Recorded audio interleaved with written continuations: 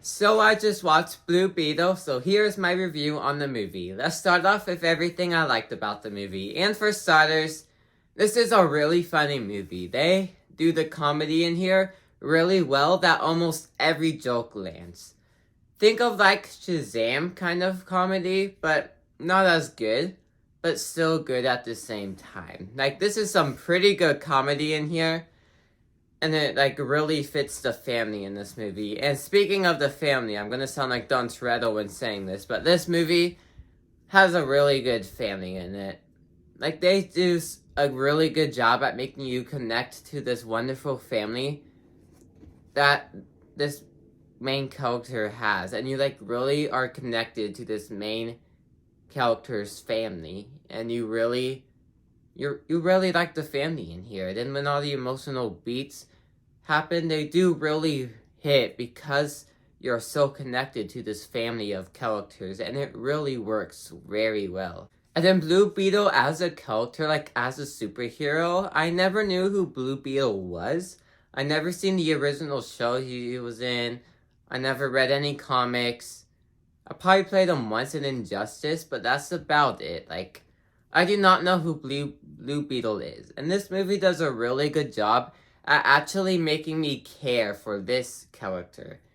This character of Blue Beetle, I'm really connected to and I really like. I feel like Blue Beetle was extremely well written in here and really good. And then we got the score in here. Now the score, wow. Like, first, let's talk about Blue Beetle's theme in here. We have his theme song. All heroes have that theme song. Spider-Man, obviously a classic, you know his theme song. We got the Avengers theme. You know all those themes, right? The Blue Beetle's theme in here fits the character perfectly. Like, it is like a really good score. Like, really good. I was surprised on how much I liked it. Like, it was a really good score. And then you look at all the action scenes that happen in here. And then you're seeing all these scores be put together in just this creative way to make it fit the scene that it's happening in. And you have like this fun little music playing in the background with this fun little action scene. It's just fun to watch and fun to dance to at the same time. This movie is just fun and it's fun to watch and it's super enjoyable, and you're just watching a movie at the movie theater and you just are just having a good time. But this movie is not perfect in any way. It is a DC film after all. So let's move on to what I didn't like about the movie. And for starters, this movie is extremely forgettable.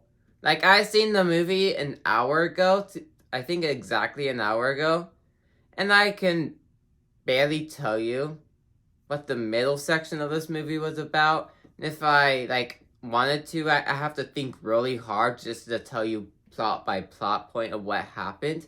Like, I am forgetting this movie, and it feels like I watched it yesterday. But no, I watched it an hour ago, and I'm already forgetting about the movie.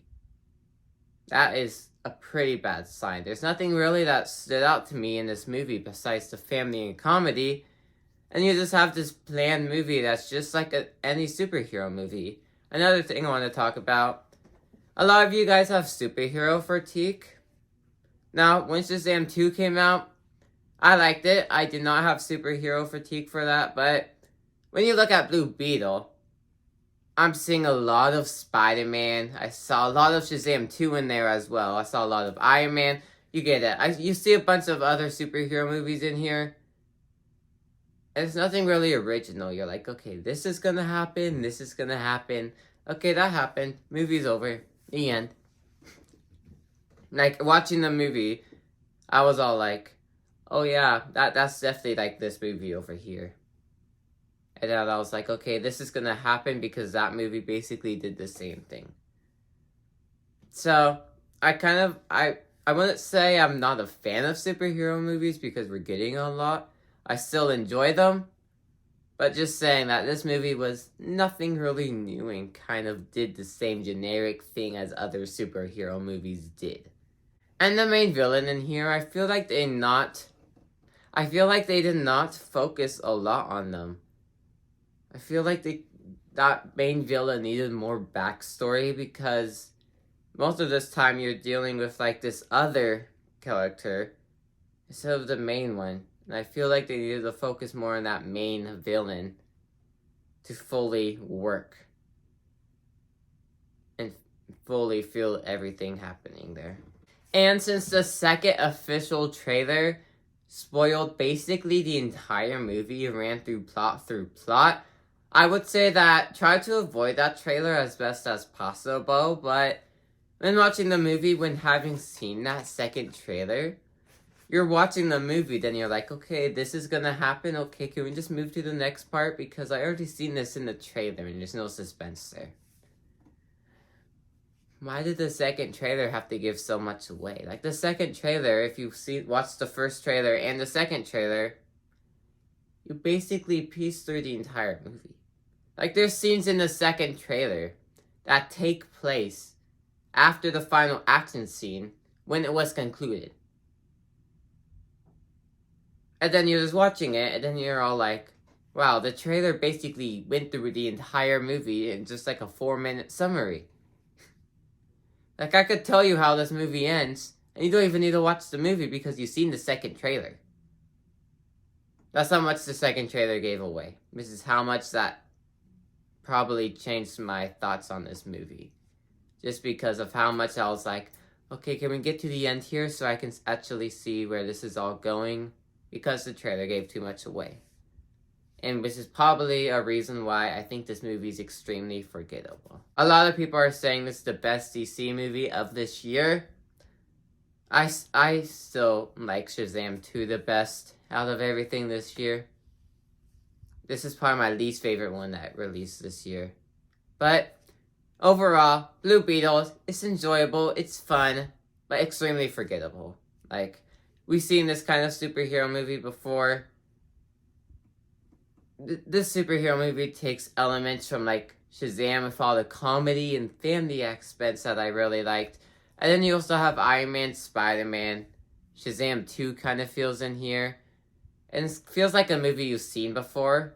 And that also doesn't really help with the second trailer giving way too much away, that you basically know the whole plot of the movie.